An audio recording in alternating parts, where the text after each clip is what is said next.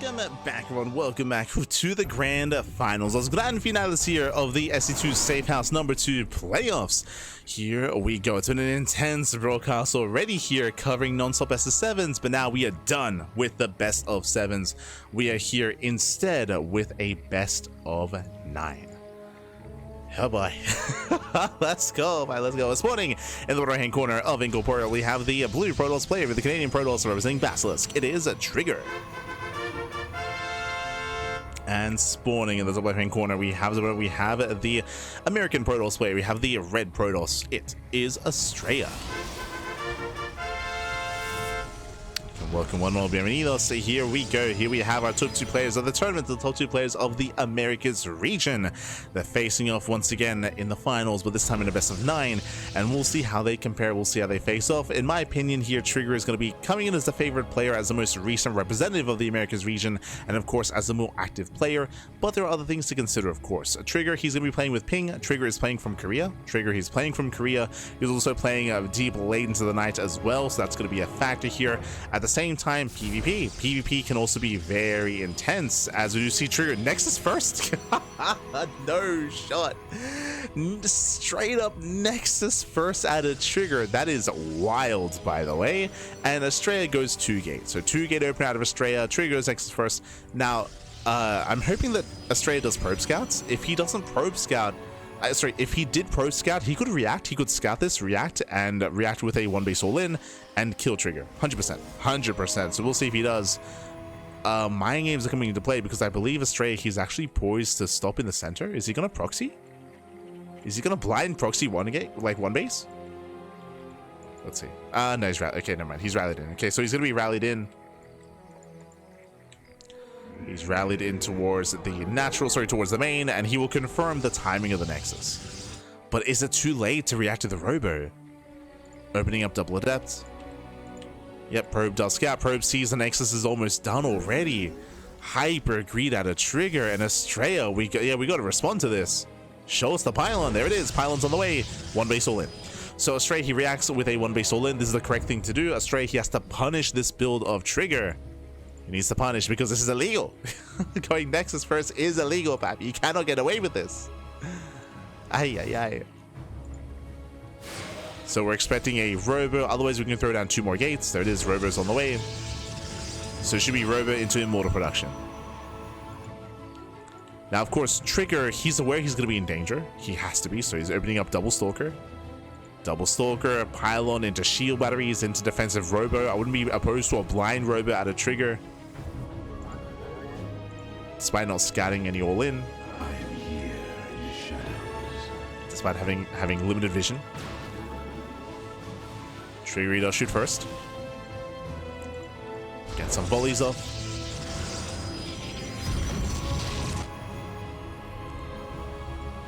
Meanwhile, backup Pylon on the way, gateway on the way as well, so it's going to be a 3 gate setup here from Astrea. Adepts are taking a lot of damage. And a Trigger, does he confirm? Oh no, he doesn't. Barely not. I mean, he should know by now. He should be aware, as Astrea does get on top of the first Stalker. That's damage. Brings it down. Takes down the first Stalker. Shades into the main base. Stood up, second 1-shot probes. And that's going to be 1, 2, 3. Can we get up to 4? We can. 4 probes go down. Can we get 5? Wow, 5 probe kills. Not a bad start here by Astrea. The all-in has been confirmed, but Trigger, he did not get a Robo, and now he reacts with the shield batteries. Oh, this is late. Late reactions here at a Trigger. Late reactions, late response. Boys are being pulled. And Astrea, he should overwhelm. Okay, nice target firing by Astrea. Nice target firing. He gets 2. Takes down 2 Stalkers. Again, it's only 1 shield battery. Trigger, he was cool with his pants down, but he should have known. Like, should have been aware. Oof. Takes down another Stalker, and another GG gets called. Astrea takes game number 1. GG. Astrea takes the lead in the series. Again, Astrea, he's thankfully did scout. He responded, he reacted. Trigger, he went straight Nexus first. Nexus before first gateway. It was crazy. Illegal builds, and again, got punished for it. Got punished, should not work. And with that, Astrea takes the lead in the series. We're loading into game 2, loading into Torches. if Astrea had blindly gone for his own economic opener, then Trigger would have gone away with it, or if Astrea hadn't probe scattered either. So there were some situations where Trigger could have gone away with that build, but last, thankfully, Astrea did open up 2 gate and thankfully did check across the map. And now we're getting into game number 2 and spawning in the bottom right hand corner of torches. We have the Canadian Protoss, we have the red Protoss for Basilisk. It is Trigger. And spawning in the top right hand corner, we have his opponents. We have the blue Protoss. We have the blue Protoss himself, the American Protoss. It is Astrea.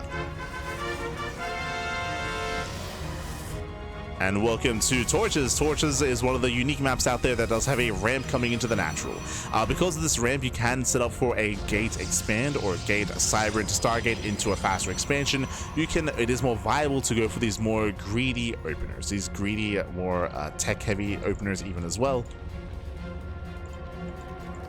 So we expect both players to cut corners, except Astrea sets up on the high ground instead. Okay, bold move by Astrea.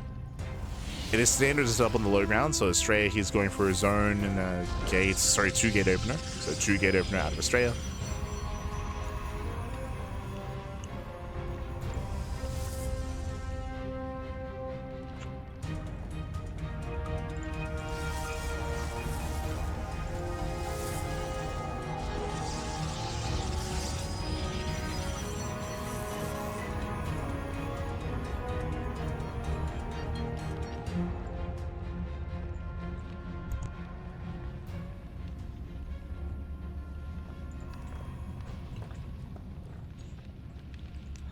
Yes, from here, Astrea, he can set up for a 1 base all in. Yep, there's in the pylon. Now you might say that, hey, this pylon is a little bit far. Oh, the spray, the spray out of Astrea. The pylon is a little bit far back. That is true, but we are on Torches, small map anyway, right? The map is small anyway, so even proxying on Astrea's side of the map can still reinforce across the map in time to commit to an all in. So we're leading towards a robo. We're waiting for the Cybercore. Cybercore is done, making 2 stalkers at a time, and show us what you got. As we need a little bit more gas. There it is. There's a robo. So proxy robo, 1 base all in out of Astrea. Now, technically, this is the same build 2 games in a row, but the situation is different. Last game, Trigger had a greedier build. This time, it is still an economic opener. Oh, he opens up Stargate. I mean, Trigger, he sees that a pylon is missing. He's checking for the proxy. And we'll see if Astrea can pull this off. Now, a way to hard counter this, imagine this opener by Trigger, except instead of a Stargate, it was a robo, right? Stargate play can still work, bearing in mind that one of the reasons why Trigger can get away with this build is because of the ramp. You have the high ground, right? So the ramp, you have the high ground, you have that advantage to you, that defensive advantage. So it is going to be more difficult for Astrea to break through. Shield battery is almost done. Stalker gets away, and the shield battery does barely complete the time. It does complete. Trigger holds. He holds. Probe does not get away.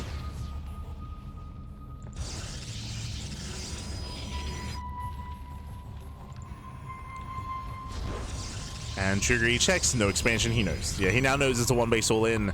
Opening up Oracle, this is a bold move. It's going to be Oracle into Void Rays. Void Rays are going to be a must here for Trigger to defend. The reason why you want to open up Oracle first, or why you can try to do this, is that the Oracle is going to be forcing defensive supplies, defensive warp-ins. So it means that Astrea is going to have to keep some supply back at home to defend. He's going to have to waste a warp-in at home.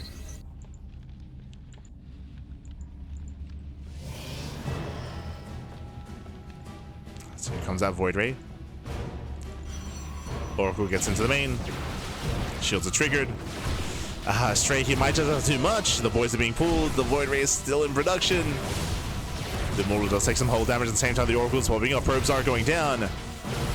Oof. A nice control here by Astrea. He saves the Immortal. He has enough. Yeah, Astrea, he has enough. He breaks through. He breaks through the defensive line. The Immortal barely survived. And the Void Ray should not be enough. Wait, what? Only one? Sorry, that's only 2 shield barriers in my brain. I don't know why, but I thought there were more shield barriers on the left-hand side. Despite that, the Void Ray does actually defend. Okay. The Void Ray holds on. Astrea back here across the map. His economy was crippled. He lost 7? 10.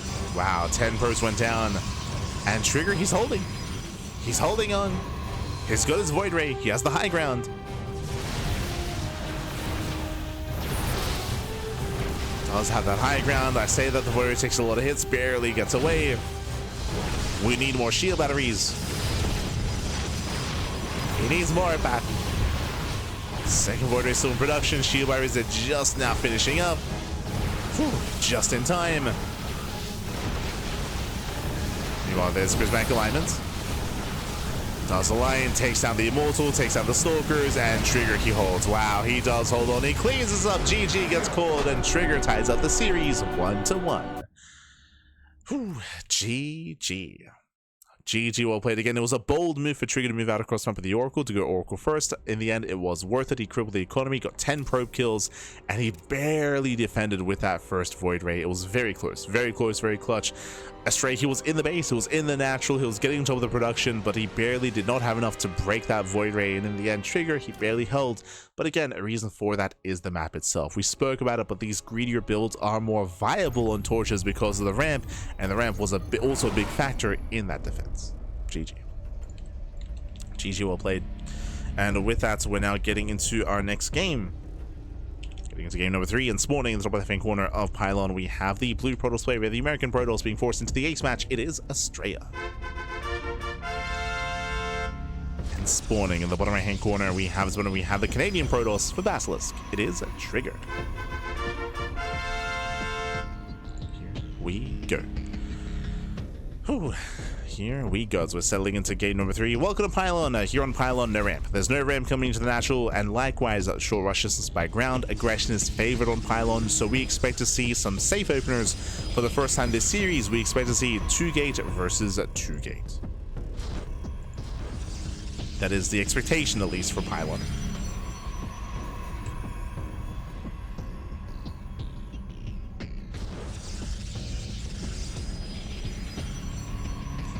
Players are opening up. Technically, we could proxy again. Technically. As there we go, double gateway opening here by Trigger, double gateway out of Astrea as well. Here we go. Likewise, Astrea, he's one of the few Protoss players that regularly does open up in such a manner where his gateways are actually not ramping and they're not at the ramp, they're not walling off at the entrance to the main. Consistently, he does do this. Instead, he has SimCity further back. There's some pros, there's some cons. The downside is that your ramp is open to Adept Harass, so it does mean you're more vulnerable to Adept Aggression, as it takes longer to wall up and wall off. The plus side is that this is more efficient because it takes less time for your probe to throw down the building and then go back to mining. So technically, this is more efficient. Likewise, your production is safe if your opponent goes for a one base all in, right? Otherwise, your production would be vulnerable here at the ramp, specifically against an all-in player. So there's some pros and some cons.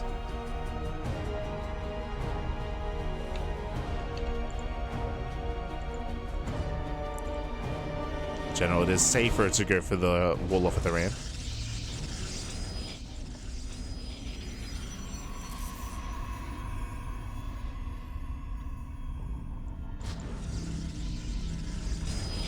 Ooh, as Astrea does go for the Stargate before expanding. Okay, so Stargate open out of Astrea, Trigger going Nexus first.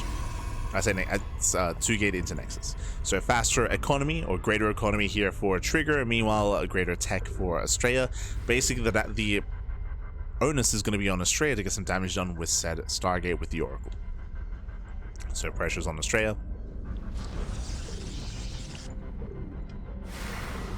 Astrea will have the later expansion, but he's going to make up for that with Oracle Harass. As the Depths are moving in.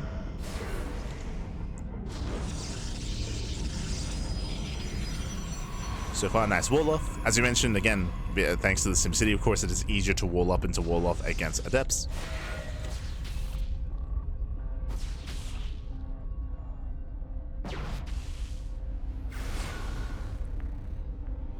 Astrea doesn't get in. Hallucination does confirm the Stargate, does confirm the Oracle. Trigger is fully aware. Oh, nice force field. Sorry, I should say nice wall off. Takes down the Adept, debates him in. The Adept does fall. No losses.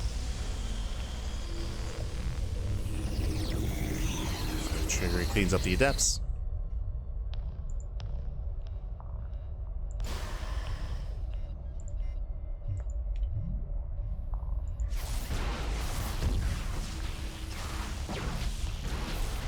It's 2 more.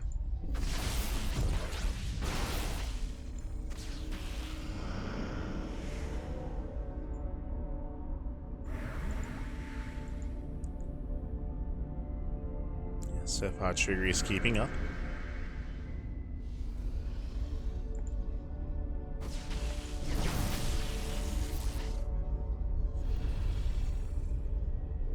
Keeping up the aggression, does zone away. These oracles, they have not actually paid for themselves, by the way. They've not gotten enough damage.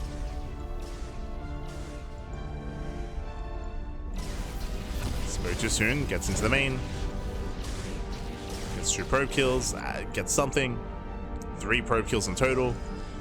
And from here, we're just building up. We're building up. Blink is in production. We have the faster forge for Trigger, so Trigger, he'll have the greater Stalker army.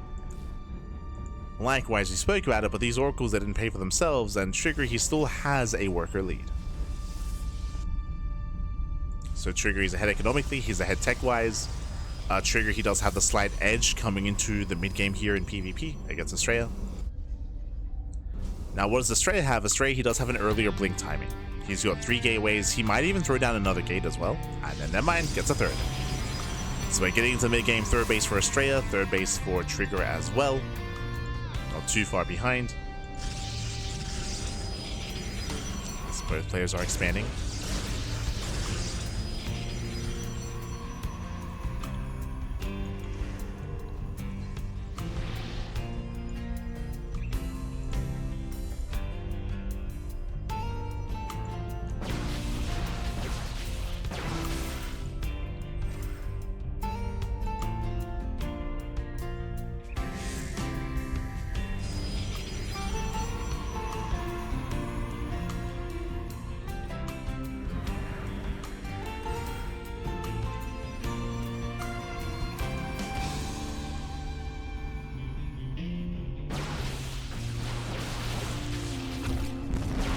As Astrea is poking in. Astrea, he does actually have... Oh, never mind. I was going to say he has a higher Stalker count, but no, never mind. Trigger, he does keep up. Does run away. +1 is going to be the first to kick in for Trigger. So there's going to be a window in time where Trigger has the upgrade lead. We'll see if we can make use of it. I'm a little bit surprised though. Trigger, he's not actually researching Charge. Charge is already done here for Astrea, but Trigger has not begun. So Trigger, he might go for just a pure Blink Stalker composition. As Astrea is refining his army. +2 is on the way.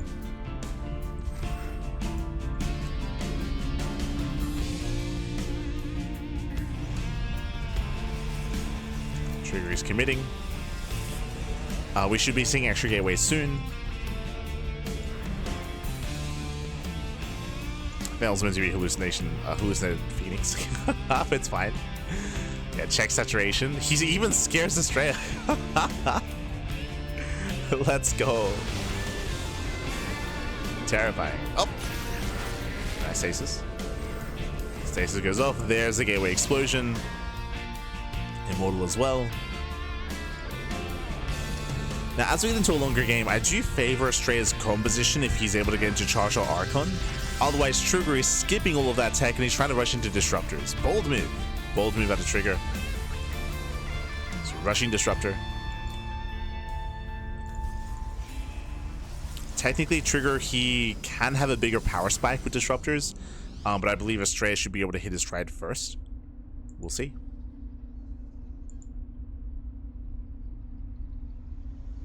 We'll see if Astrea can get there. As the bay is almost done. Disruptor's going to be on the way.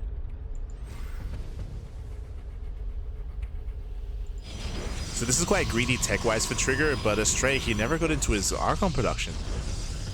He's going into more gateways. He's, yeah, not really incorporating many Zealots. Colossus, wait, what? Colossus. Skillus, is that you? Colossus, they are an alternative kind kind of unit that you can make use of in the mid game. They're not as good as disruptors, unfortunately. They're not as good, but I mean, they still have their own strength. They still have their own place. They're okay against charge lots. They're okay. They're okay against gateway units.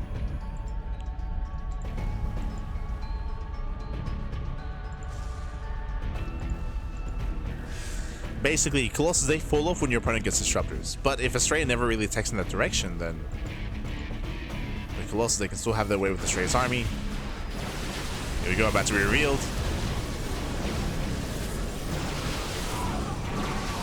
Army does move in. So far, no major connections here from Trigger. No major swipes.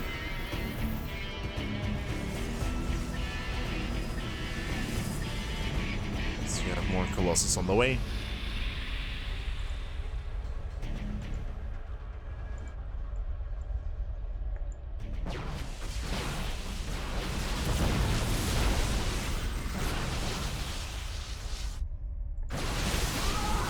Astrea going for the dive, does get the Colossus. Not bad. And Colossus goes down, but a second does arrive to take its place. And punishes Astrea. Trigger does take the better fight. Takes off a lot of stalkers. At the same time, Astrea gets into the mineral line, gets a couple of probes. Nothing major, but 4 probes do go down.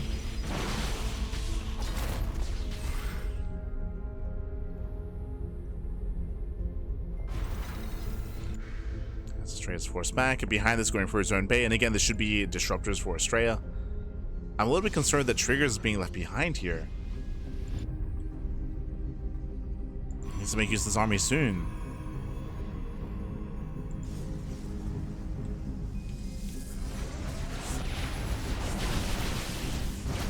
Stalkers blink in. So far is keeping up, but once again he'll lose another part of his mineral line. That's another 7 probes going down. And here come the disruptors for Astrea. We spoke about it earlier, but Colossus, they're good up until disruptors arrive.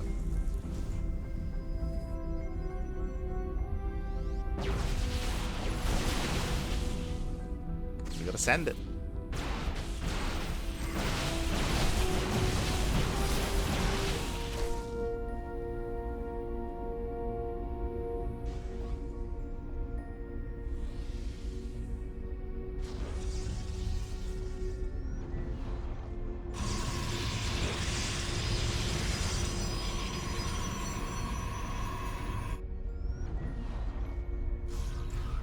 Both armies are maxing out. Again, it's been relatively, I mean, we've been poking and prodding, but no major engages yet.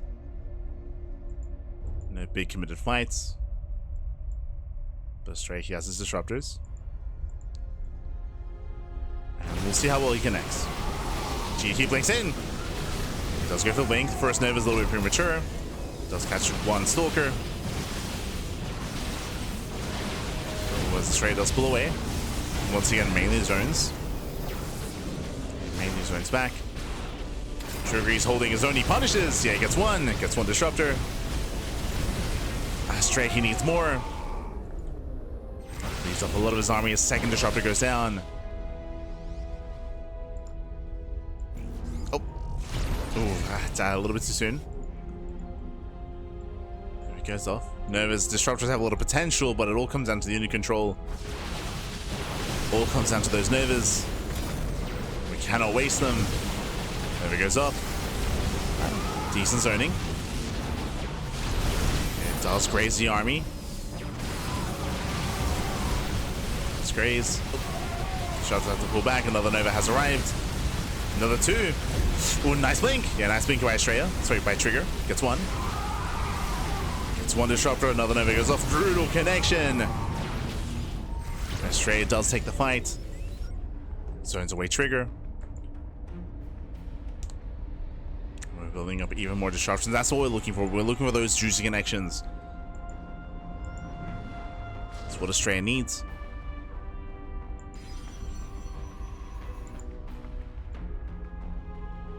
There's a little bit less finesse to Trigger's army.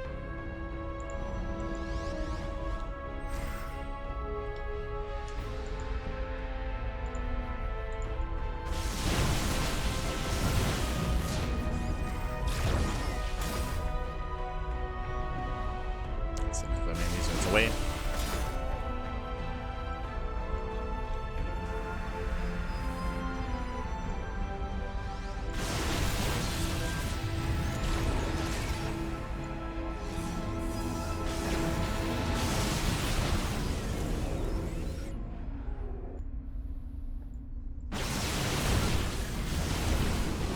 Oof, brutal connection. No! Yeah, the connections are brutal. Shuts down the Stalkers. Zelda coming from behind, and Astrea, he shoots Snowball out of control. He shoots Snowball, denies the warp in, gets it up the Colossus. And we spoke about it, but Trigger, this army composition here, it did have, actually, it didn't really have much longevity. At the same time, massive Zealot counterattacks. Takes down mineral lands, takes down bases, but the main army fight did go heavily in favor of Astrea.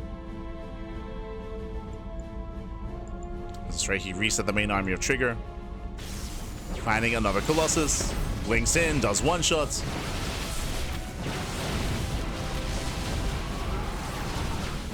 Moves a zone Trigger away.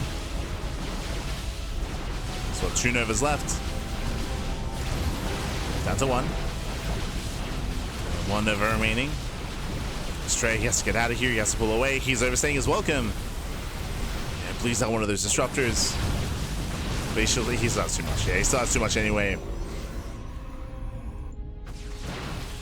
Should still break through. Once again, blinks in. Bit of miscontrol. It did a miss target. I guess he gets a Colossus in the end.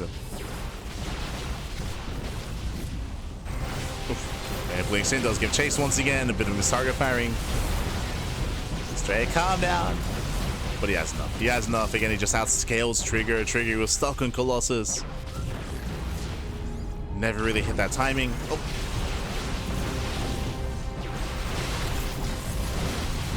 Blink there by Astrea. And GG. GG gets called. Astrea, he will take a 2-1 lead in the series. Whew. Astrea, he will take down Trigger here on Pylon. GG. Again, it was a bold move for Trigger to rush into Colossus when he did. If you remember at the time, I was a little bit surprised. I was like, oh no, yeah, okay, we're rushing Disruptor, let's go. But he went Colossus instead. And Colossus, they do have a bit of a power spike in the game, but it's a very small power spike. In the sense that the window in time where they get outscaled, I mean, as we mentioned at the time, once Disruptors hit the field, like they have the superior composition. Astrea, he got there. Astrea, he got there, and Trigger, who was just stuck on those Colossus. GG. GG, well played. With that, we're loading into Tokamak for game number 4. Let's go.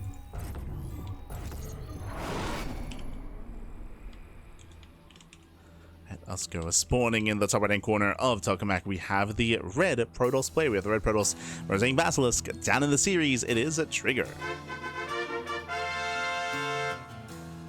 And spawning in the bottom left-hand corner, we have his opponent. We have the American Protoss player, the blue Protoss. It is Astrea.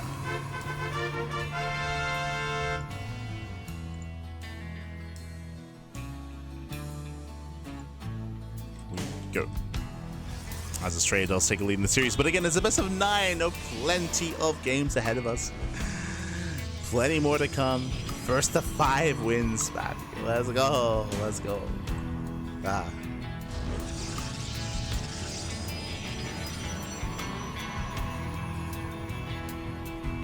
So we're getting into Tokamak. Tokamak is a very large map of the map pool. Because it's so large, we often do see proxies. We see a lot of proxies, a lot of all-ins on this map. Otherwise, there's the threat of a longer macro game. PvP can be quite slow. It doesn't happen a lot between the Korean Protosses. That's why I love watching Korean PvP. It's one of my favorite matchups to cast. Is seeing Hero, Classic, and Zaun just ape into each other, like game after game after game. But other regions are a little bit slower in PvP. Specifically, notoriously, the European region. European PvP is a lot slower, a lot more tame, where you slowly get up to 3 and then 4 base saturation, and then you get into towards a mid to late game scenario with a mass gateway composition into Blink Stalker, Charge, Archon, Immortal. That is seen very often amongst the European kind of meta, European region. We'll see if this is the case for Trigger and Astrea as well. We kind of got that a little bit, but even then, last game was more peculiar, was more unique. If we were to slow things down and get a 3rd, get a 4th base, build up, and max out, it would be Tokamak.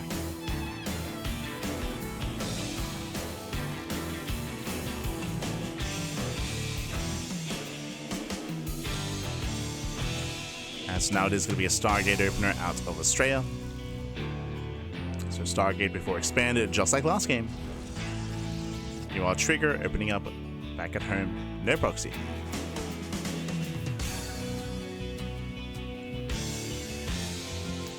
Looks like Trigger, he will hide his second pylon behind the mineral line, question mark. Oh, and sorry, he hides it here further back in the main. Checking Astrea's vision, he fails to scout the pylon, so, oh, Astrea, he believes there might be a very real proxy. Okay, some mind games.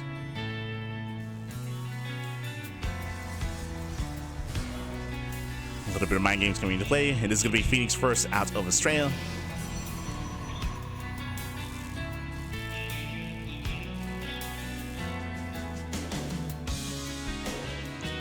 Open Phoenix first. Ooh, he scouts, he confirms. Stray does get eyes on the Nexus. He now knows no proxy. Yeah, no proxy, no one base all in. And we'll see what Astrea can get done with these Phoenixes. They are scouted. Astrea stuck with a later expansion.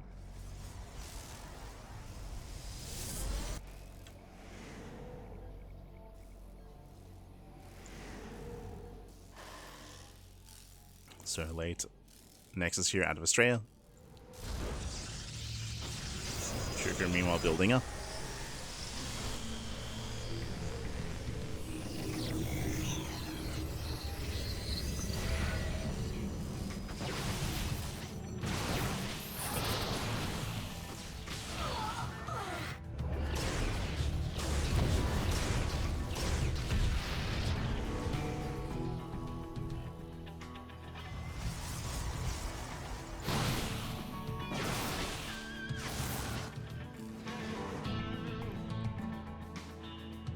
Setup does run away.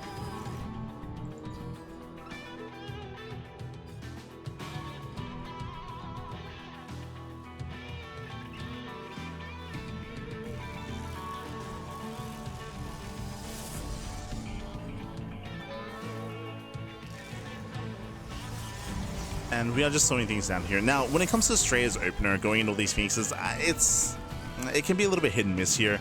It is a pretty big investment to go into all these Phoenixes. It's going Phoenix into Immortal production.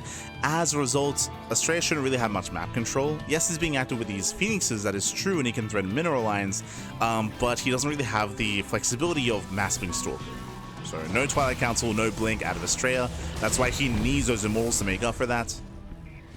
So he has to go for a very Immortal heavy composition, and behind this he can turn this into an all-in or try to build up into a longer game. But yeah, a bit of a more awkward position here for Astrea. Trigger just chilling, getting a third. The third base up and running. Phoenixes, they can't really threaten a base like that. They can harass, yes, but they can't really threaten bases.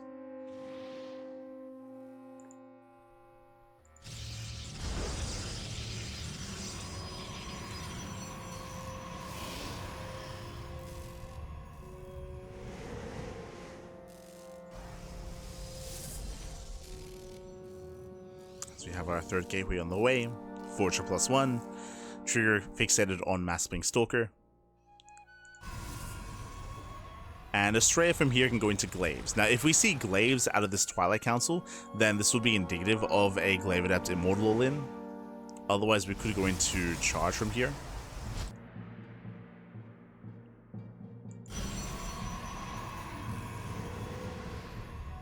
What's it going to be? There it is, it's going to be Charge, okay.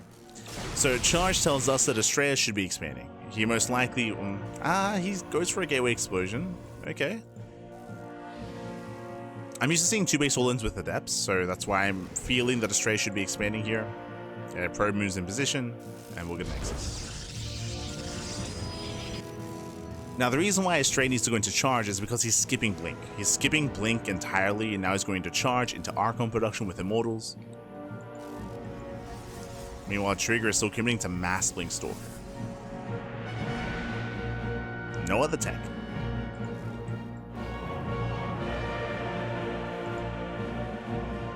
And can he force a cancel? And Trigger moves in. 2 more volleys. Will force a cancel. Nicely done. He does force that cancellation. Will be recalling back home. Phoenix, they get a couple of probe kills, but this is a better start for Trigger. Much better start. Denies the base, delays the economy.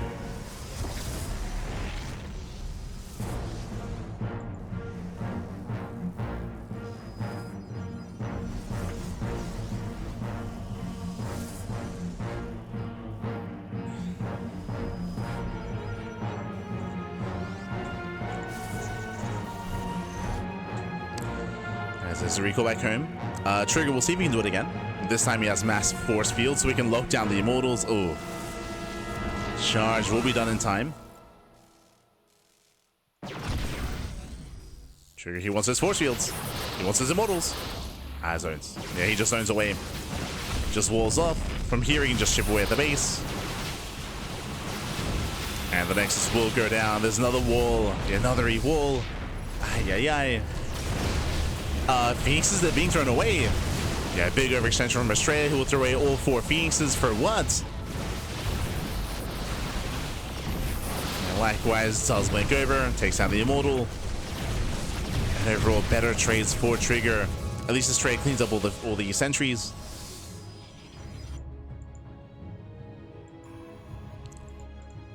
At least it does catch the sentries, but Trigger is getting further ahead. He's getting further ahead at this point. He's fully saturated. Astrea just still can't get his third.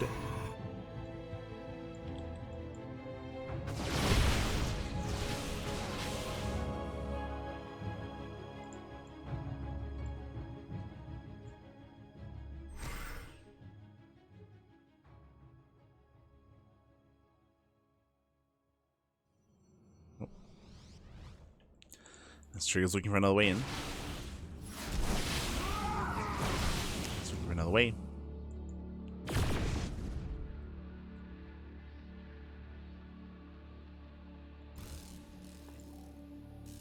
And here comes the rest of the army. Jesus. Trigger, he achieved all of this with purely stalkers, and now here come the charge loads, the immortals. Here comes the actual army.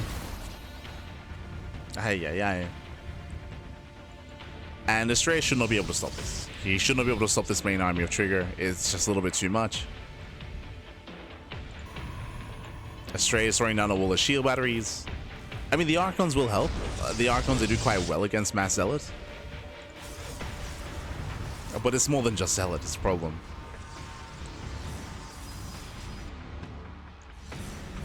War Prism gets across the map, let's go.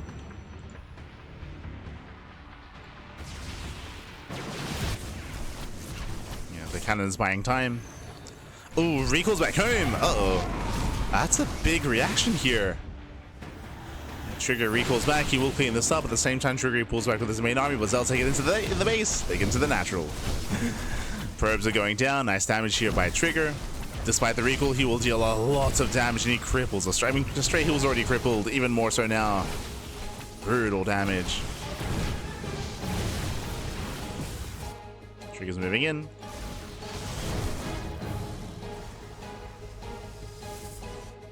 The War Prism, I believe, is still across. Back home. The Prism is back home. So Astrea, he cannot backstab. And Trigger moves in. Okay, he moves in towards the third base. He goes for the kill. He's up 40 supply. It's not pretty. It doesn't feel good like moving into Archons like this, but I mean, we can just go for it.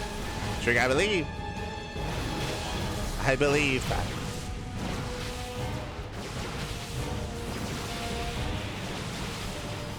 This Trigger, he's maxed out.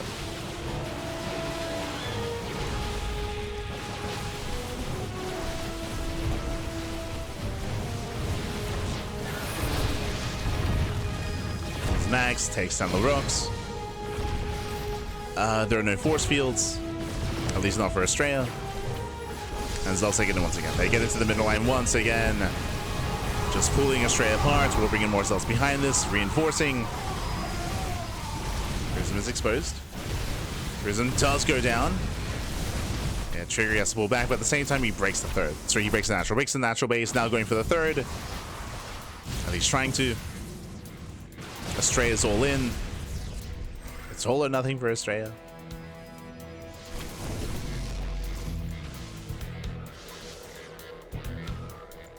Trigger turns around. Gets ready for the flank. Boys are on hold position. Okay. And now being moved in. Jeez, that's a lot of probes going down. But Trigger, he should have enough here. So he does get the Archons, getting into all the Immortals as well. Yeah, and Trigger overwhelms. He blinks on forward, takes down the Prism. No micro. There's no control. GG gets called, and Trigger, he ties things up 2-2. We have a back and forth. We have a back and forth. GG. Whew. Again, Astrea, it was just a really shaky setup that he had, opening up Stargate, going Phoenixes. I'll be honest, the Phoenixes, they never really pay for themselves, and we saw that Trigger took full advantage of the fact that he had the more mobile army, as he was able to deny the third base twice. He denied it twice, and Astrea, he just fell behind from there. He just could not expand, could not maintain an economy, and being denied the third base twice meant that he just fell behind. He stayed behind as well. From there, Trigger did snowball out of control. GG. GG, well played. That leads us into game number 5. We're going to be loading into Maganatha. We'll see who takes the lead in the series. Bearing in mind this is the best of 9, so plenty more games ahead of us. First to 5. As spawning in the bottom right hand corner of Maganatha, we have the blue Protoss from the Americas. It is Astrea. And spawning in the top left hand corner, we have as opponent, we have the Canadian Protoss player, the Basilisk. It is a Trigger. Here we go. Welcome one all to Maganatha. Maganatha being the largest map in the map pool. Because it's so large, there's another higher chance that we end up in a longer game state here. I guess similar to last game. I say similar because the reality is that Astrea did not stabilize. He never was able to stabilize in the last game.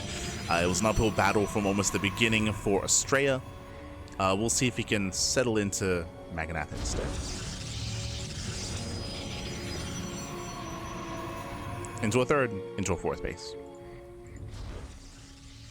Now, because Maganatha is so large, I would typically say, oh, there's a high chance of us proxying. Like, there's a very high chance of, like, proxy and robo, one base all-ins. I would say that if other players were involved, but between Trigger and Astrea, I feel like there's just a higher chance we end up in, like, a more standard mid-game. Oh, no, let's go! Let's, thank God. Send it, Trigger, send it. Did you see what I saw? Trigger, he is going for a proxy robo. Proxy robo, bam, you can see the rally here for the probe. Trigger, he commits across the map. So one base all in at a Trigger.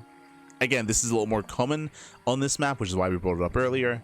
I was a bit concerned that Trigger and Astrea's tendencies would veer from this, but no, that is not the case.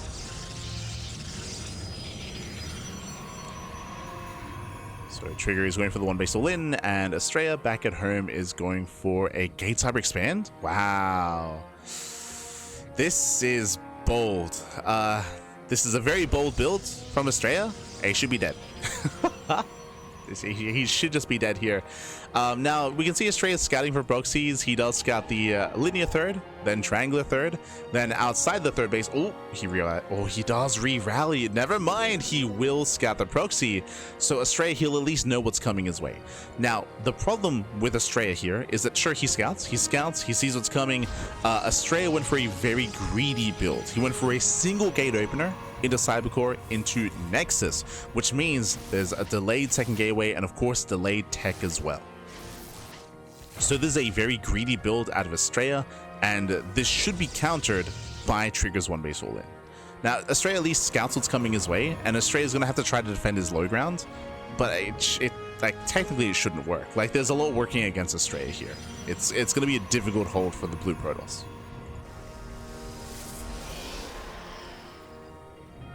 But again, at least he scouted, right? If he didn't scout, like, that'd be disastrous. That'd be the worst case scenario, and the game should just end. At least knowing what's coming his way, he can prepare. So he's got 2 more gates. He's going to have a 3-gate setup. Shield battery in the main base as well. Shield battery at the natural. All correct moves. Force fields a lock down the adepts. Very nice. But better positioning from Trigger. He takes down the first sentry. Wow, takes down the sentry. Both adepts do survive. Oh, I switched too soon. One adept does fall. But again, at least he got the sentry. Now force fields can lock him in. Has to be careful. Boys are being pulled. Boys are being pulled. Locks down the immortal.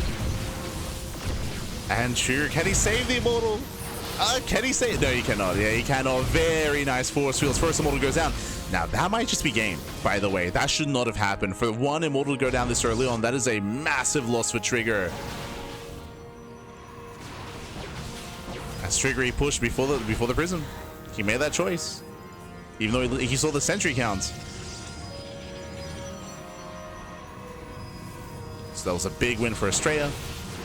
A little bit more than he can hold. As these shield barriers are a little bit late. Stalker's going to be going down. Oh, one Stalker falls, but a miscontrol there by Trigger. Does have some miscontrol. Shield barriers are finishing up.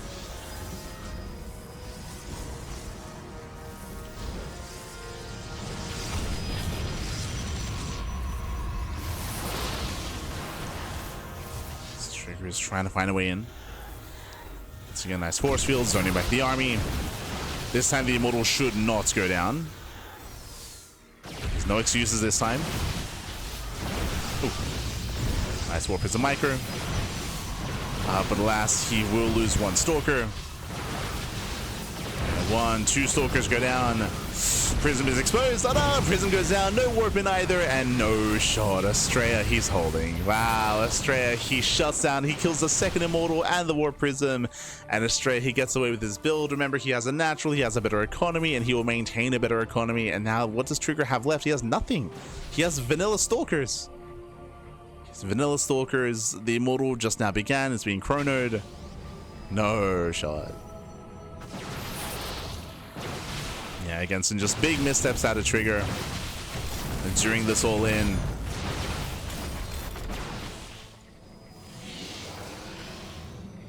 This Trigger's being forced further and further back. Okay, the Immortal has arrived. Astrea does a Rixen. Rixens, trades 1-to-1. We'll lose the sentry as well. Astrea's going to be careful. Astrea, he's ahead. He does have a lead, but he has to be careful not to lose that lead. Still has to respect the army of Trigger.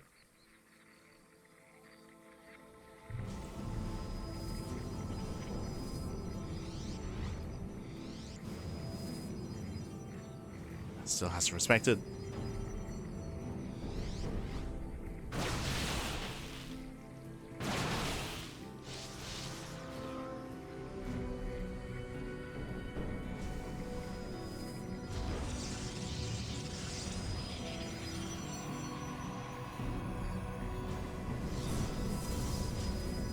Trigger's going for the warp in. It's reinforcing. If he can engage like half the army at a time, that'd be ideal. Ooh, Prism takes a lot of hits. As Astrea, he pulls the army all the way to the side here. Now he has the high ground, he has more warp-ins. The Prism! Oh, Prism goes... Once again, the Prism goes down. Oh, God. Ay, ay, ay. And again, Astrea, he should have this. Should have this. Comes in from behind, denies the warp in. Gets 2 kills.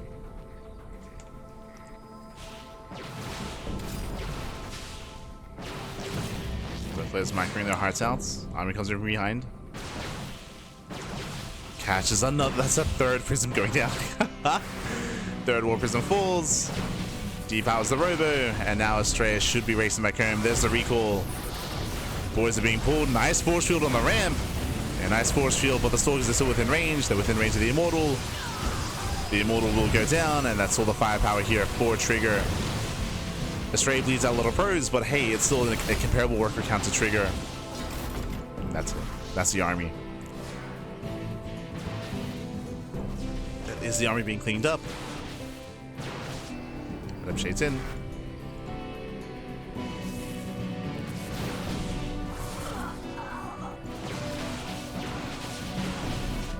No shot Trigger attempts to expand, right? Like, let's go.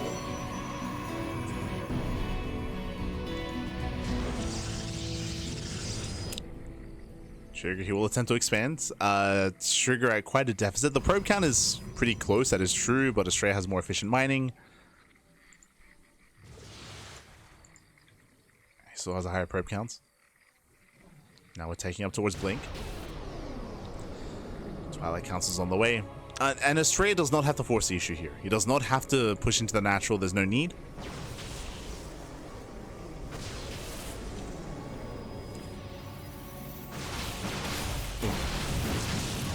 Dives in, gets one. Trades with the Stalkers here and will bleed out a couple of extra Stalkers himself. So Astrea has to be careful. Yeah, it does pull away. And Astrea, he should just wait for his economy to kick in. He can just focus on his economy, get a faster third base, wait for Blink, get Forge, get +1, get immortal production of his own. Aye.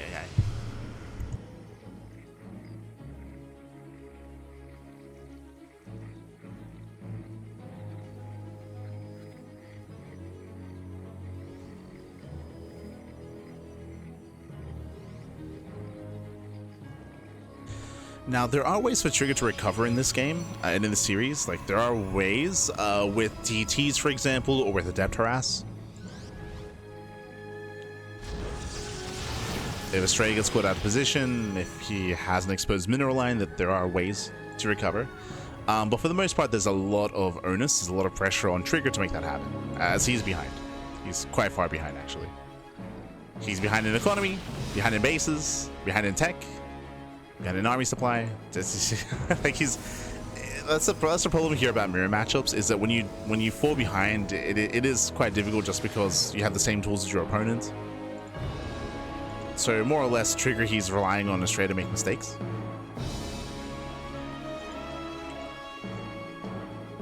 He's relying on mistakes to be made.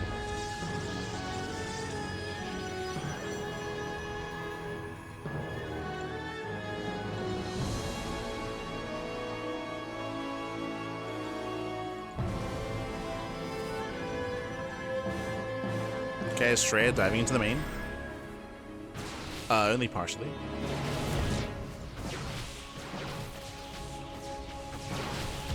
Gets in, gets a couple of probes, recalls back home.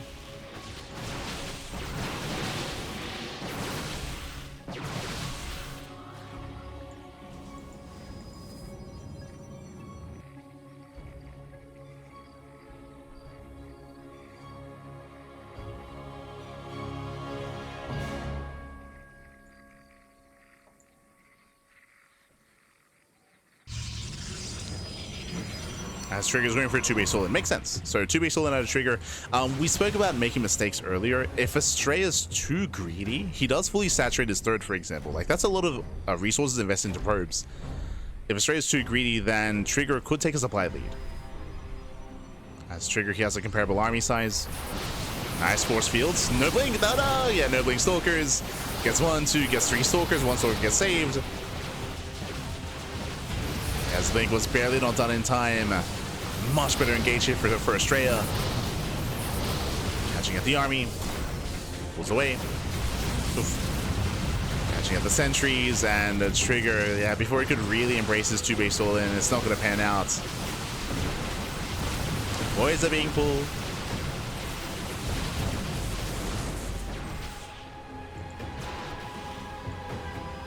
Astrea getting desperate. Oh, we just pulled. We just okay.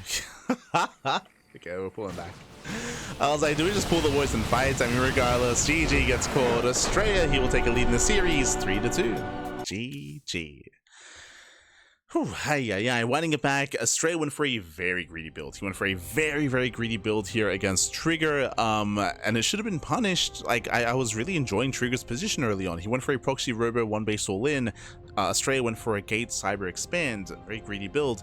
But if you recall, it all came down to the first fight. What was the first fight? It was when Trigger pushed with his first immortal and he got force fielded. He got locked in and he lost the first immortal. As he was all in, he lost the very first robo power unit, and that was almost game then and there. Like, that kind of set the tone. That gave momentum to Astrea. That I should say, that took a lot of momentum away from Trigger. So his all-in did kind of stumble out the gates, did struggle, and just everything went wrong there for a Trigger. Losing the Immortal, losing the War Prism thereafter, losing the second Immortal as well. As it was brutal. Eventually lost 3 War Prisms during the attempted all-in, and GG. GG, well played. With that, we're now getting into our next game. Astrea has a lead in the series, and now we're loading into game 7. Going to be loading into ley lines.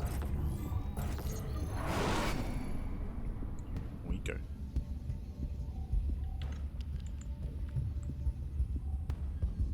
As spawning in the bottom left-hand corner of ley lines, we have the...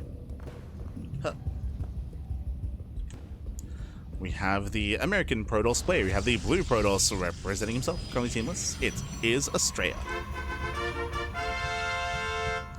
And spawning in the top right-hand corner. Spawning in the right-hand corner here, we have his opponent. We have the Canadian Protoss player. We have the red Protoss representing Basilisk. It is a Trigger.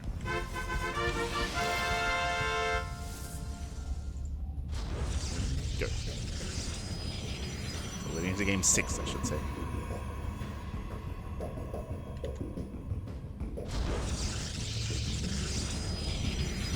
Go.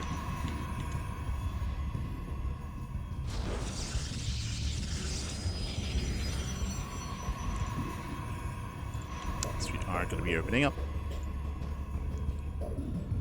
Whew. And we gotta calm down, but we gotta calm down. As the players did pop off on Magnatha earlier, which we did say was a possibility coming into that map, but now we're going to be calming things down. We're going to be getting into ley lines, one of the more standard maps in the map pool.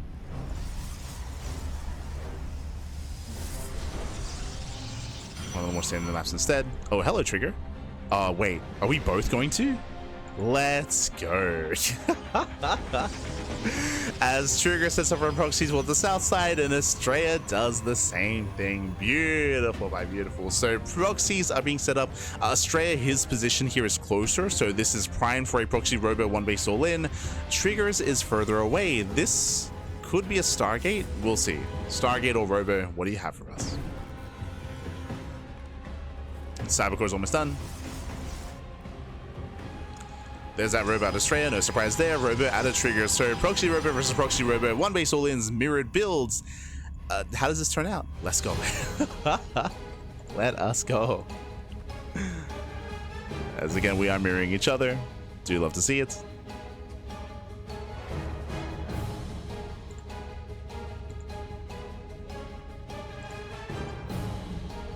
As we do see Astrea probe scouting. So Astrea, he does go in. He does get eyes on the pylon here. The 3rd pylon. Astrea's own 3rd pylon in the main base as well. He does notice. It does take notice. Trigger, he does scout. He does find the proxy. Very nicely done here by Trigger. At the same time, so does Astrea. Oh, wow. Mirrored builds and... Oh, no! Okay, yeah, they do scout each other. Now the problem here is that Astrea scouts with his Stalker, so he's already on the pylon a little bit faster. At the same time though, Trigger, he does get on top of the pylon as well. It was a double Stalker opener out of Trigger, as it was for Astrea as well, which is a little bit more out of position. So do we just deny the proxies and do we get into a normal game from there? Is that what's about to happen? Both robos get depowered. Both proxies are denied, and do we just expand? Like, do we just back off, set up on 1 base, and then get into a normal game? No shot. No shot. Yeah, Astrea's expanding. Let's go. It makes sense. Like, so Astrea's been deflected, has been denied, so Astrea expands. Trigger, in the meanwhile, he is committing to 1 base all in. Okay, so he goes for a robo at home, a gateway at home. 1 base all in, it continues for Astrea, but delayed. Meanwhile, sorry, for Trigger, but delayed. Meanwhile, Astrea is expanding. And Trigger, he scout. Ooh, he does not scout the expansion. Trigger is not fully aware.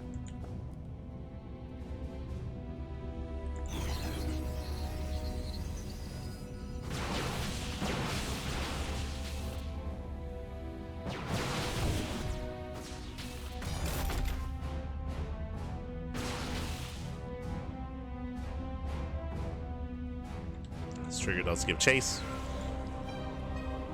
War Prism's on the way to reinforce across the map. Astrea, he's here to try to force field and lock down some of these stalkers. Waiting on the ramp. Ooh, he gets one. Okay, he does get one.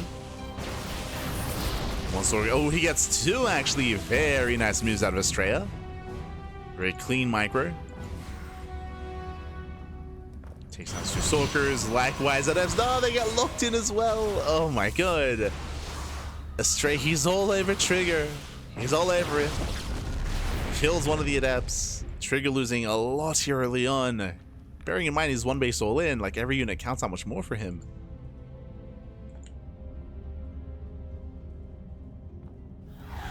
Astrea is building up his immortals, checking his vision. Astrea, he is confirming with his hallucination. He's going to confirm the 1 base all in. Trigger gets into the main. Astrea is out of position. Okay. Drops into the main base. Astrea, he responds.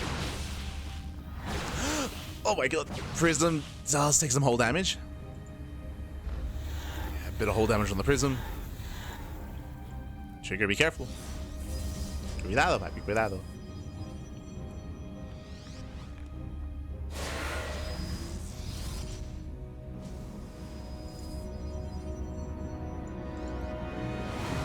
Threatens a shade into the main.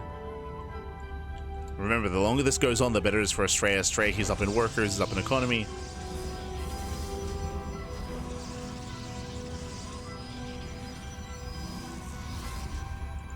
That's a lot of adepts.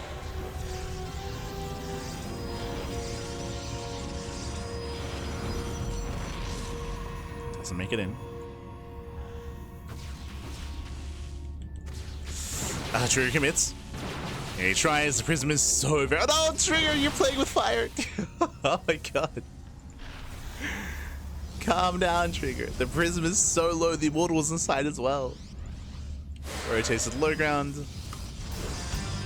Shade is denied.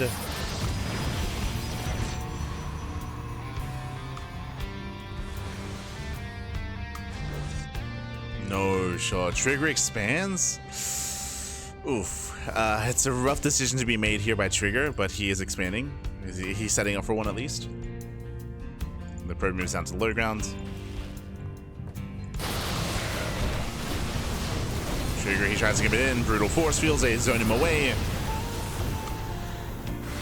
Oh no, he commits to the shade. No, throws away the adepts. Another round of force fields. And Astrea takes a very comfortable fight. GG gets called. Astrea, he extends his lead of 4-2. GG. A crazy game. GG will play crazy game here. As both players, they mirrored each other. They did mirror each other. They mirrored each other kind of with their initial proxy robo. They both scattered each other as well. They shut each other down. Astrea made the choice to expand. Trigger made the choice to commit into a follow-up 1 base all-in, but a delayed all-in. It was a delayed 1 base all-in because he had to rebuild the robo and rebuild all of his production or rebuild his setup. So it was more delayed. Astrea had the advantage, and likewise, Astrea had some very nice pickoffs early on.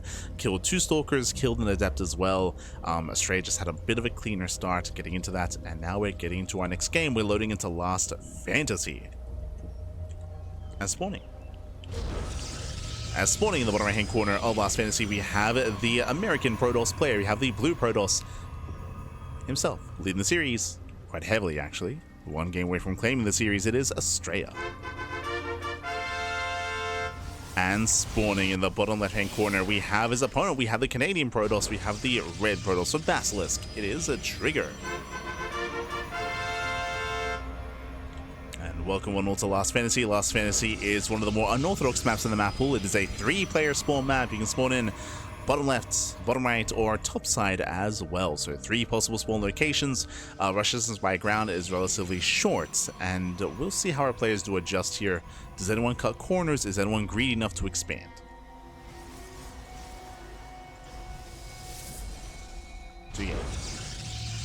Two gate opener out of Trigger, 2 gate opener out of Astrea. Here we go.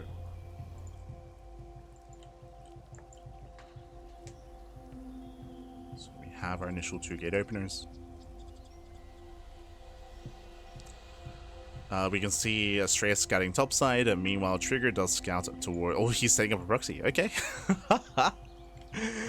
Sets up here in between the bases. A cheeky move. So Trigger doesn't know where Astrea is, but he's proxying in between the left and right hand expansions.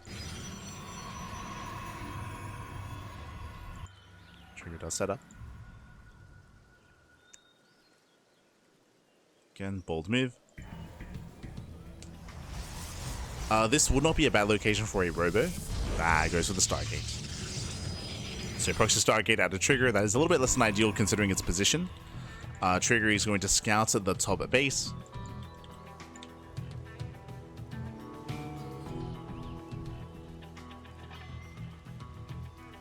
Meanwhile, Astrea goes into the natural.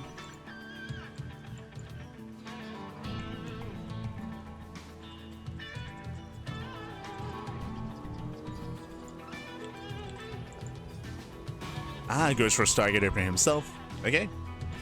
Stargate versus Stargate. Of course, Trigger, he will hit first. Trigger, he confirms the location of Astrea.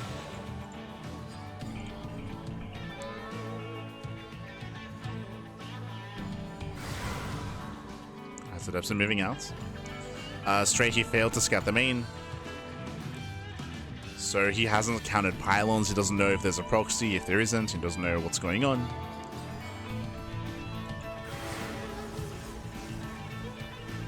Depths have arrived.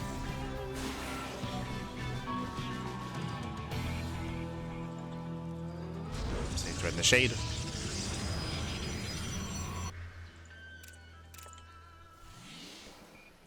Trigger moves in.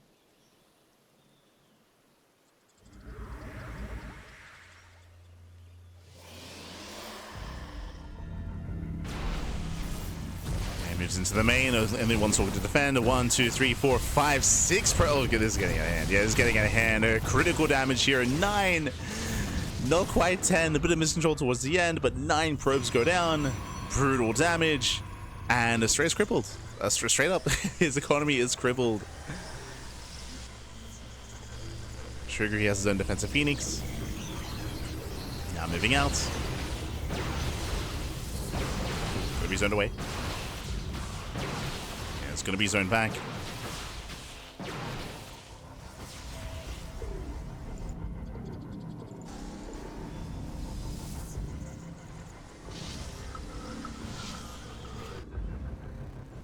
Going to be zoned back, and Trigger will be expanding a solo Astrea. So both players will expand. Trigger is in a better position. His production is a little bit more awkward though, trying to make more Phoenixes. So we'll lose one. One Phoenix goes down. But Trigger, he still has the greater ground army.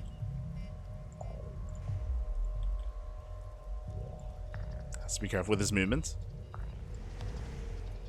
Does find a Phoenix. Not bad. Oof. Trades 1-to-1. Trigger, I'm sure, went a little bit better than that. Regardless, still moving out. And looking at the defensive position here for Astrea, he's got 5 Stalkers, no shield battery, no sentry, no force field. Trigger might just be able to break him here and now. Yeah, he's going for it. He's going for the kill. Phoenix is out of position. Does move in, gets 1. Gets 2 Stalkers. There's 4 Stalkers left for Astrea. Down to 4, down to 3, down to 2. Yeah, down to 2 Stalkers, and he's going to lose everything. GG gets called, and Trigger, he does fight back. He breaks the natural. Bit of an awkward early game here, but Trigger, he does redeem himself. GG. GG, well played. He does put another point on the board.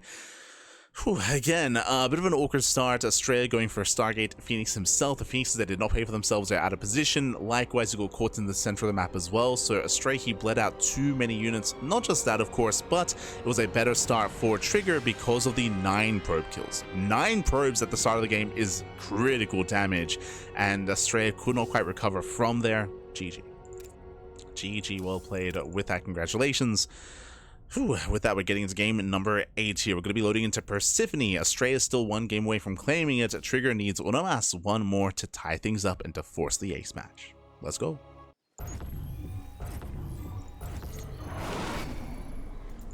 As spawning in the bottom left-hand corner of Persephone, we have the Canadian Protoss. The Canadian Protoss, we have the Red Protoss himself representing Basilisk. It is a Trigger.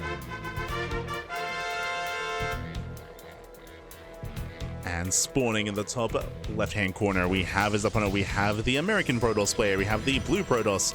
It is Astrea. Leading the series 4-3.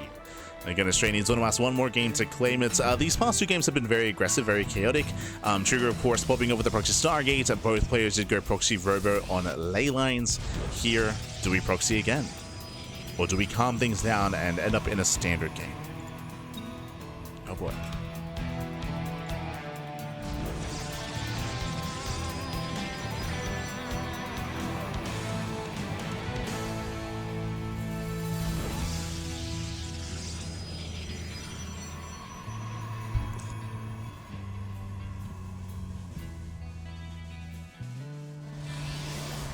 From here, we are opening up. Trigger does go for a 2-gate opener, so does Astrea, and there's no probe out on the map. So despite the hyper-aggressive games that we've been getting so far, these past two games, no proxy. No proxy by Trigger, likewise, no proxy out of Astrea either.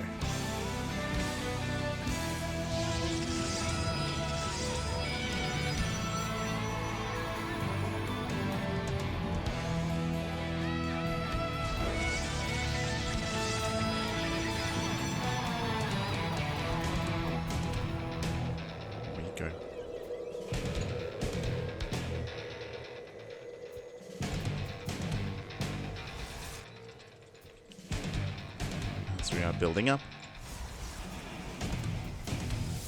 Astrea moves out with his own probe scouts. And do we go for tech first, or do we go for the faster expansion? We have the answer, Stargate. So Stargate opener out of Trigger. Meanwhile, Astrea back at home, going for the faster base. So we do adjust. Yeah, Astrea setting up the low ground. Oh, goes for a Stargate himself, but a later Stargate after the pylon. Okay, interesting. With both players going for Stargates, if Trigger does make the Phoenix first, then he can just take a lead from here and just snowball out of control. We'll see how we open up. Astrea, he's scouting for proxies. Again, Astrea did not check the main. He does not know what's happening. Neither did Trigger, but both players are playing blind. They're playing blind. It's going to be Oracle first out of Trigger, and I believe the Trigger should hit first as well.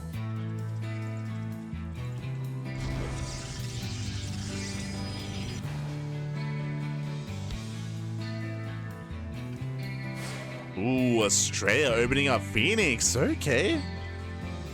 This could just be a hard counter, depending on where the Phoenix is, of course. No expansion. Yeah, still no expansion out of Astrea. Trigger, he's already got his own base on the way. Astrea to get us take the shield battery. Astrea, this is meant to like hard counter proxy Stargate. Shield battery and Phoenix. Oracle goes in. I mean, hey, the Oracle gets 0 damage. Yeah, the Oracle gets nothing. Goes to the stasis trap. And a very strong start here for Astrea. As the stasis traps, they don't really do much. They catch 4 probes. Astrea takes a lead. Kind of. So Astrea, he shuts down the Oracle harass. The Stargate opener wasn't worth it. But at the same time, Trigger, his base is almost done. Like, Astrea, his natural is so delayed. Such a late natural base. What does Astrea have to show for it? Well, he has the army. He's up by 1 Stalker and he has the 1 Phoenix as well. So Astrea does have a bit of an army to work with. A bit. Is this enough though?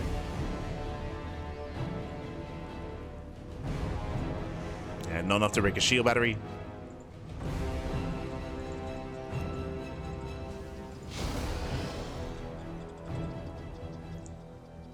And Trigger is ahead economically. He's ahead. Likewise, Astrea didn't commit into additional Phoenixes. Faster blink for Trigger, slightly. A couple of seconds.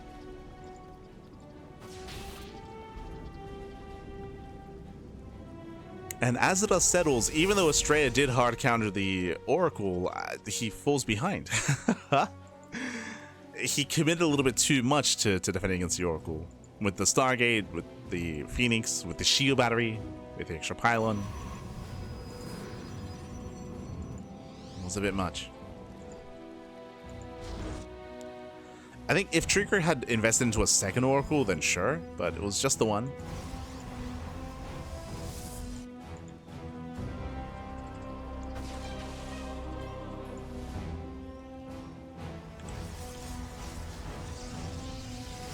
Yeah, went behind a Dark Shrine. DT's on the way for Astrea. Let's go. Trigger, he throws down 2 more gates, so he's going up to 4-gate Blink, I believe.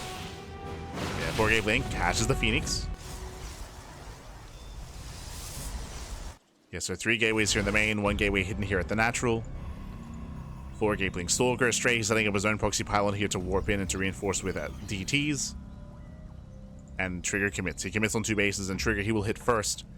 Now, the scary thing for Trigger is that he has 0 detection. There's no robo, but he does have access to an Oracle. So he can make an Oracle, can chrono that out. So there's a way for him to survive DTs. And here he comes.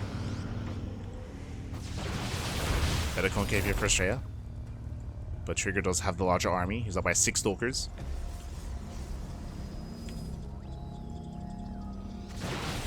Up by 6.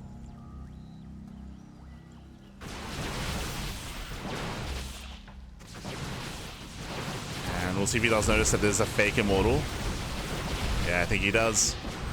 Ooh, I think he's out one of the Stalkers. He's out one. Here come the DTs. Astrea, he's looking to end it. And again, currently 0 detection. But Astrea, he has almost double the Stalker count. He's got to go. Again, if he can break the natural and chrono out 1 Oracle, he needs 1. Oh, he just warped in. He just warped in. He has to lose supply. He has to lose some units here. And DTs that have arrived. Yeah, they hit the bases. Probes are going down. Oracle's on the way. And Trigger blinks in. He blinks in. He breaks the natural. We need a chrono. We need a chrono on that Oracle. Oof. As Trigger, he cleans up the army. There's a defensive DT. And Trigger, he cannot break. He cannot push through. He's going to be forced back. Trigger's losing everything back at home. There's finally the chrono here on the Oracle. Trigger still committing it, okay. Still commits in. But he's pushing into 2 DTs. Astrea, has he held? Has he done it? The power of the Dark Templar. Yeah, slow lots coming in as well. The Oracle is racing across the map. Oh, that's a lot of Stalkers going down. DTs, they split. There's 1 Revelation. But just the 1. There's still 1 DT left. Go in, Pat. Yeah, Stargate C power. DTs are still popping off across the map. The CT can now attack, can engage. But we can go in. It's fine. Ah. Astrea. Yeah, he's a little bit too tentative with that Dark Templar. And now there's enough energy for another Revelation. So he missed out on some extra damage. And Astrea still has 2 DTs out across the map. They're killing buildings, but it takes a long time for Dark Templar to kill buildings. Trigger's done it. Yeah, Trigger, he's done it. Trigger, he denies any kind of mining here. He can win the base trade. He has just so much more DPS. He's just chasing, ensuring that Astrea doesn't get a base.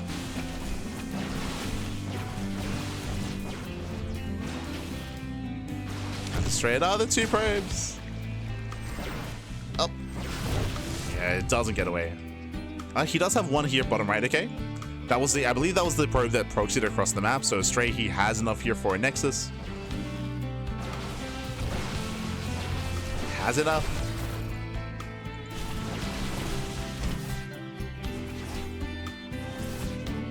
Trigger, meanwhile, he has no money.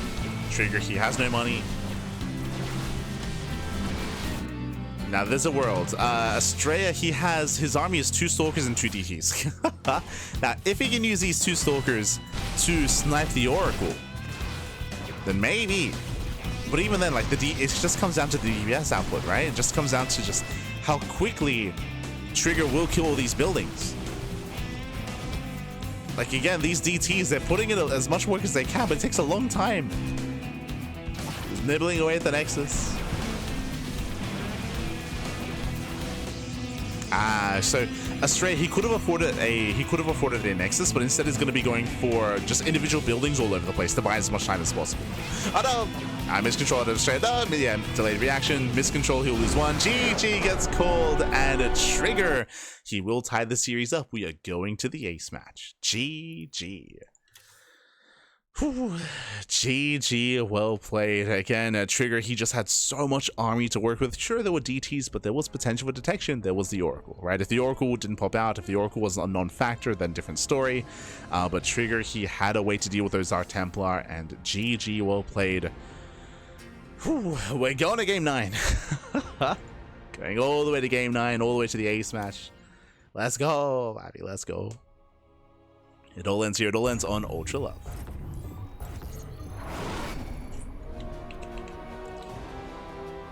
Final game of the series, the final game of the tournament, and spawning in the bottom left-hand corner of Ultra Love, we have the American Protoss player, we have the blue Protoss.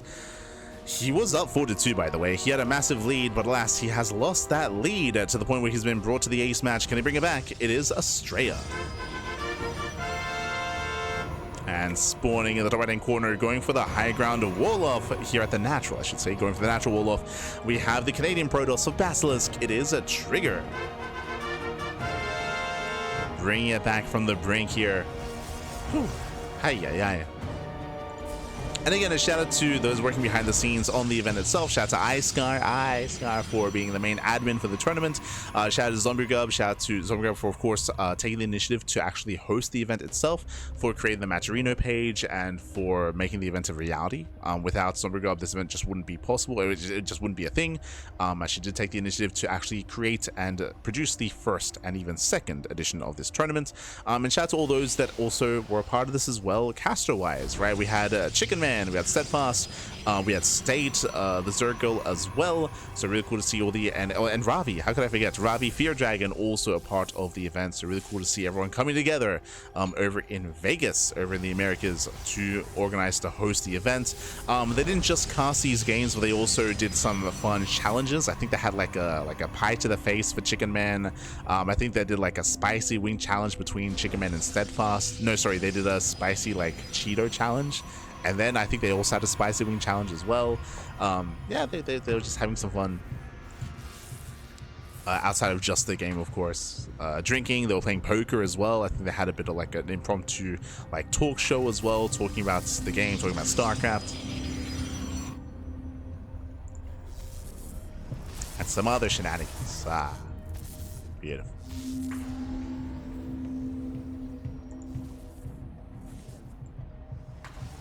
And what a finals. As Astrea does set up for a proxy pylon, but it does get scattered, does get shut down.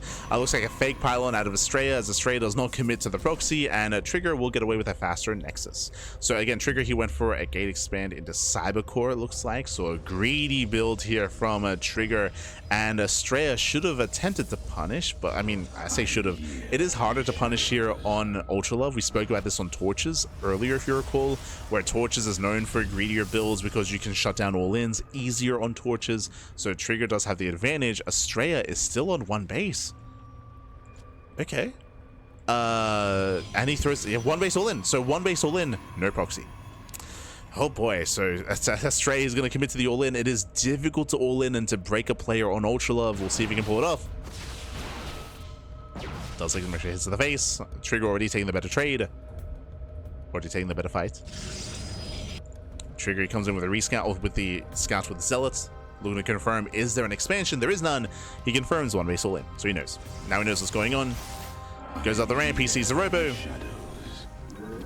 And Trigger, he needs shield batteries. He needs, what, 2-3 shield batteries. Ideally, you want 1 shield battery in the main base as well, just because we do have the potential to go into a War Prism to be able to juggle back and forth between the main base and the natural. So Trigger, he needs to set up. Likewise, Trigger needs his own defensive robo. There it is. Robo is on the way for his own defensive immortal production. So one way or another, the game is about to, the series is about to end. 4th gateway for Astrea. Let's go.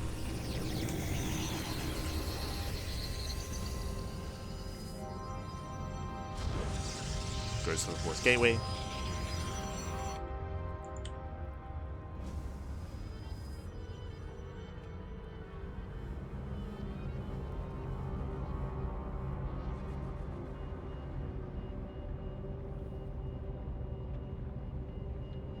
Astrea does move out. Astrea, he moves out across the map. Now, what does Astrea have also alongside this army? Sentries, right? He can force field. He can lock down part of the army. Likewise, so does Trigger. So it all comes down to the unit control. It comes down to the spellcasters, the force fields, the micro with the warp prism, the juggling. Oh, Astrea going for the fake out. Dropping into the main. Ideally, he wants to pull away some of the attention and supply of Trigger. He does distract. Trigger reacts. Astrea, he pushes in. Nice force field. Yeah, very nice force fields. But last Astrea, he does pull away. He doesn't lose any units. Nice control. Astrea, he preserves the army. And so far, hasn't lost anything yet. Locks down the sentry, gets one. Yeah, kills the sentry, kills the stalker as well. Better trades for Astrea. And you can see the army just cannot engage. Yeah, a little bit too far back. He wants that immortal. Astrea, he locks down another sentry, locks down another stalker, and so far Astrea has been out trading, has been out controlling. I mean, that's the power of the warp prism. Astrea can micro, and Trigger, his micro is limited here. Yeah, another force field. Got some other jets. Warp prism does now arrive for Trigger. Trigger, he can micro back. Ooh, Cybercore goes down, limited warp ins. Now we can warp in only zealots. Yeah, only the defensive zealots here for Trigger. Shield batteries are running out of energy. He's going to be losing one of the gateways as well. And Astrea is going in. And Astrea once again, he goes in, takes down the gateway. We're warping in Zealous. Let's go. I mean, there are a lot of shield batteries, to be fair. There's a lot of batteries left over. It's still quite close. Ooh, but the warping will complete. And the warping is finishing. Second immortal has arrived for Astrea. Took a long time for it to arrive. Oh, juggles back. Pulls back. The first immortal almost went down. Clutch control there from Astrea. As he takes out another stalker. There's one stalker left. Yeah, one stalker remaining. Another gateway goes down. We're down to one gateway left. And Trigger supply blocks. Yeah, brutal supply block. Well, he's up to 3 immortals. Boys are being pulled. 3 immortals for Trigger. With the higher immortal counts, that might be enough. So we'll lose all the boys. 13 probes go down. Astrea, he kites back. He respects the army. He needs more adepts. Again, adepts to do a great job at tanking shots. And so far, Astrea, he's not in enough. He's close though. As the second gateway does finish. Ooh, immortals, they go for the main. They go for the shield battery, actually. Okay. The battery is not going to go down. Battery does survive. Trigger still has the better economy.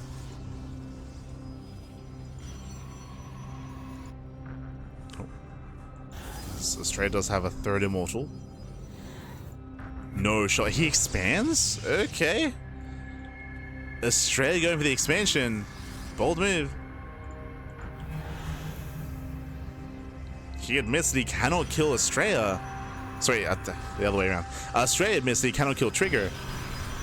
So Astrea does expand. Bold move. Jesus, Trigger's up to 5 immortals. That's an insane immortal count.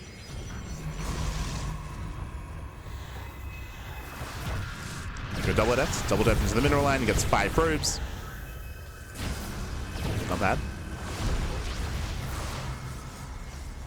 Astrea does harass, does bring the economy back down. Guys moving in, nice force field, starting back the immortal. Astrea is pulling Trigger apart. So far, trading. Gets a pylon. Gets a pylon. Again, the SimCity here is a little bit too awkward, too congested. Trigger, he cannot push in, he cannot engage. The shield battery is working against him here. At the same time, oh, critical damage. 13 probes. The Adepts, they pop off. 13 workers go down, and Astrea takes an economic lead. Yeah, he's up by 7. He's up by 7 probes. Astrea pulls away. And Astrea is now getting ahead. Now, what I will say is that what does Trigger have the immortal count? He has 5, right? No, sorry, 6. Jesus, 6 immortals. And Trigger, he's only making use of 2. He's going for an immortal drop. He's getting a 7th immortal. Like an insanely high immortal count. So Astrea has now the economy, meanwhile Trigger has the higher immortal count. Now the problem here is that Trigger cannot all in on 2 bases. Pushing up this ramp with immortals are so clunky, they're not very nimble. I don't see them pushing up that ramp. I can see Trigger punishing a 3rd. I think that's maybe what Trigger's hoping for, is that Astrea moves out to expand and get a 3rd base. But pushing up this ramp is not going to be easy.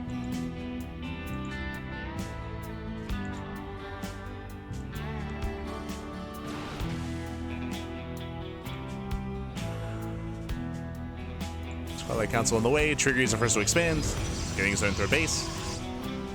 And Astrea is going into Glaives.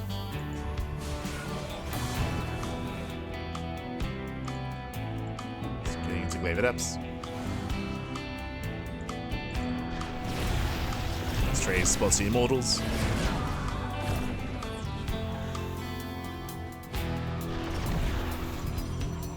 And now he's moving out. I feel like Astrea shouldn't be here. I mean, maybe I should be respecting his army. Nice force fields. It looks down 3 immortals already. Yeah, he gets 1. Gets 1 immortal. Yarmo's out of position. Takes down the Adept as well. Spitfire. A bit of a back and forth trade here. If force fields, they can just both armies. Trigger moving in. Trigger, he still has 7 immortals. Trigger with a terrifying army, but he will lose. Oh, almost 1. Yeah, the Immortals are getting trapped. Oh my god. The Immortals are going down. Another Immortal falls. Brutal force fields. Triggered. Oh no, losing another Immortal. Another Immortal goes out. And another 3 Immortals fall. Trigger down to 4. A brutal fight here. Again, this is one of the big features of Ultra Love. Of course, these narrow bridges are brutal. Trying to push through them is almost impossible. Especially when your opponent has force fields. So a brutal fight for Trigger. Astrea here trades. And that once immortal lead that Trigger had is not there anymore. Right? He had an insane immortal lead. Not anymore.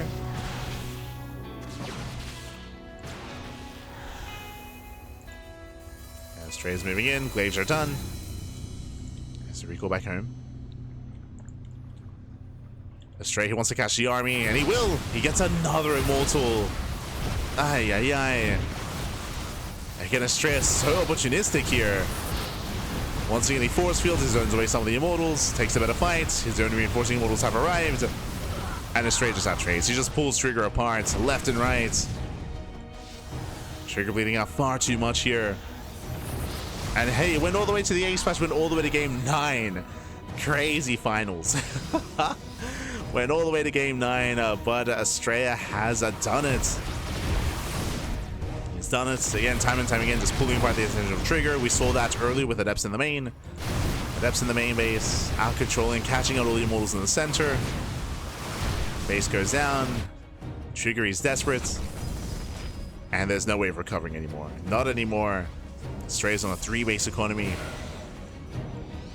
Master David Epson moving in. Shades into the natural. He gets in. The boys are being pulled. And FC just trades so well against these immortals. That takes down another 2 immortals. Trigger, he does what he can across the map. Again, he's microing his heart out. The copium is real here with his immortal drop because because everything else across the map is burning down. GG gets called, and Astrea, he will be this year's SC2's Safe House number 2 champion. GG.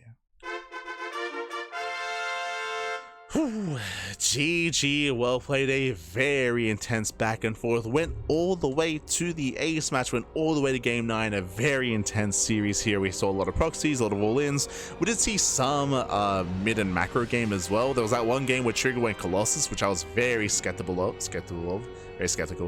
Seeing the Colossus, which didn't really pan out. He got outscaled, of course, as we saw Astrea going to Disruptors. We saw a lot of chaotic games. We even saw a game on ley lines where both players proxied. We saw Proxy Robo versus Proxy Robo. It was crazy. Here in the finals, we saw that Trigger, he had a lead, he had an advantage. He was up on bases. He successfully did defend on 2 bases. Astrea was behind. This is when Astrea decided to expand, and Astrea, he was able to get across the map with his War Prism, with his Adepts, and Trigger was caught out of position. His attention was split, didn't have the attention to defend both his main and his natural, and he lost 13 probes. He lost 13 workers, and he lost gateways, and he was just getting picked apart. In the end, he was kind of forced into an all-in almost. We saw that things were like settling down. We saw Trigger with 7 immortals. He was getting like an 8th immortal behind it. He saw the potential for a really good fight. Then he took a fight in the worst position possible in the center of the map. Here on Ultra Love, there are 2 very narrow bridges in the center of the map, and with some force fields, I mean, even without force fields, it is so difficult to move past those bridges into a greater concave, and Trigger was pulled apart there. It was just pulled apart on those bridges. GG. GG, well played. He was torn apart on those bridges even. And congratulations to Max Angel. A very intense final day of StarCraft. 5 hours. Oof. 5 hours long. 3 series, 2 best of 7s, and 1 best of 9. Crazy, baby, crazy.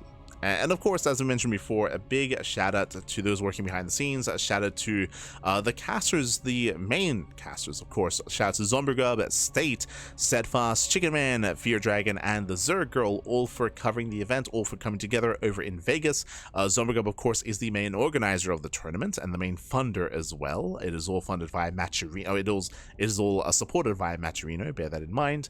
And of course, iScar was adminning the event as well, was running it. Shout out to all the other language streams. We had Enki casting in Spanish. I believe Glide was casting alongside Indie and some of the other language casters, TKL as well. So a lot of coverage on the event, and with that, GG, well played. A bit of a later broadcast here. I'm a little bit concerned just because we have the Turtle Tussle in a couple of hours, and I still have to let the bunnies out for at least 4 to 5 hours, so I'm not going to get much sleep today. Jeez, I'm probably going to go to sleep at 6, sleep 3 hours, and wake up for the Turtle Tussle. Let's go. So 3 hours of sleep. Beautiful, beautiful. For those that are curious, bam, this is our weekly schedule. As you can see, we just wrapped up with our evening cast of the SC2's Safe House, and we are scheduled to be running the Turtle Tussle tomorrow morning. That is going to be at 8 AM KST. That's going to be at 10 AM AEST. That is going to be in around 8 hours time, in around 8 hours. But as I mentioned, I do have to stay up a little bit longer to spend time with los conejitos. It's conejitos with the bunnies for at least 4, probably 4 to 5 hours. So yeah, not gonna get much sleep. No. Oh no. But it'll be fine. We'll power through the Turtle Tussle, and then I'll try to get as much sleep as I can after that, and hopefully I can. Yeah, it's just a really, really intense schedule this week. Really intense schedule. Not a lot of sleep. And more StarCraft. Friday is deceptively empty, just because if you notice, Friday we do have a cast in the evening. It is going to be the Platinum Heroes, the Platinum Esports League. Platinum Esports League is going to be Friday evening / Saturday morning at 1 AM. So we're going to be staying up on Friday to actually cover that event. Just bear that in mind. So yeah, there's a lot of content. Of course, we have the RSL qualifiers over the weekend as well. I'm a little bit tentative on those RSL qualifiers, depending on when I get to sleep. I might be able to cover all of it. Otherwise, I might just try to rest up, to get some rest, to get some veg, and to be well rested for the rest of the cast. I don't want the quality of the cast to diminish just because of lack of sleep. So I'm a little bit concerned about that, but we'll see how we handle the schedule this weekend. Oh boy, it's going to be a lot of content, a lot of StarCraft. Otherwise, thanks for watching, thanks for tuning in, and again, a big shout out to Zombergub, big shout out to all those working behind the scenes. If you want to support this event, you can do so via Matcherino. Do we have the command live in the chats? Exclamation mark Safe House, I think. Yeah, there it is. Exclamation mark safe house in the chat, and you'll get a link to the Matcherino for this event, so you can support it, so you can help grow it, and ideally this is going to be an annual tournament. As I mentioned before, this is meant to be like a quote-unquote NA version of a Home Story Cup. Unfortunately, it has a ways to catch up. It's one of those things where Home Story Cup has been running for many years at this point, so it's had a lot of years, a lot of time to grow. Unfortunately, no one took the initiative to do the same thing in the Americas, so the NA version is lagging behind quite a bit, so it has a lot of catching up to do and a lot of growth to do. So best of luck when it comes to the initiative, and I hope everyone can get behind it as well. I hope everyone can get behind supporting the StarCraft 2 safe house. The second year, this is the second year of the event. We were of course the B stream last year, and we were the B stream this year as well. So we're the B stream both times. And again, this is planning to be an annual tournament here for NA StarCraft.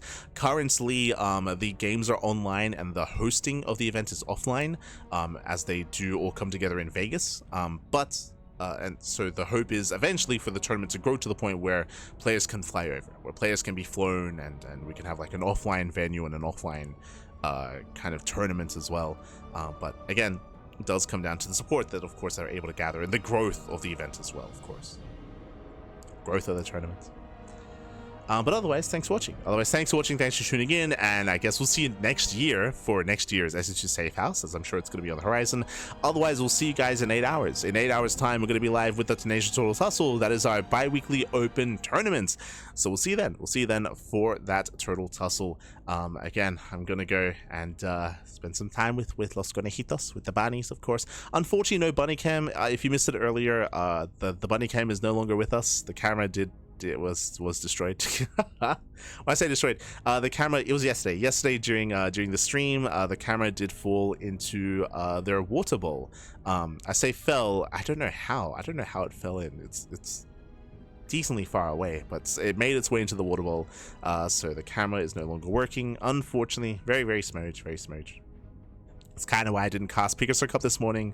Wasn't in the best of moods. You know, losing the camera so early. I think we had it for like a week. But yeah, you know, maybe in the future we'll be able to get another one and hopefully secure it a little bit better as well, with like some zip ties or something to the cage, or to the enclosure, I should say, for the bunnies. But otherwise, thanks for watching. Thanks so much for the support. We do appreciate it. And we'll see you guys in 8 hours time, or we'll see you tomorrow for the podcast. Again, we're live all the time. We're live on a daily basis here, at least dailies, otherwise twice a day, even sometimes even 3 times a day. Let's go. All the content, all the StarCraft. If you want to support us, you can do so via the socials. You can follow us on YouTube, Twitter, Facebook, and Instagram. All things Cranky Ducklings. Otherwise, thanks for watching, and I'll see you guys next time. Ciao, baby, ciao. See you next time. Exclamation mark socials.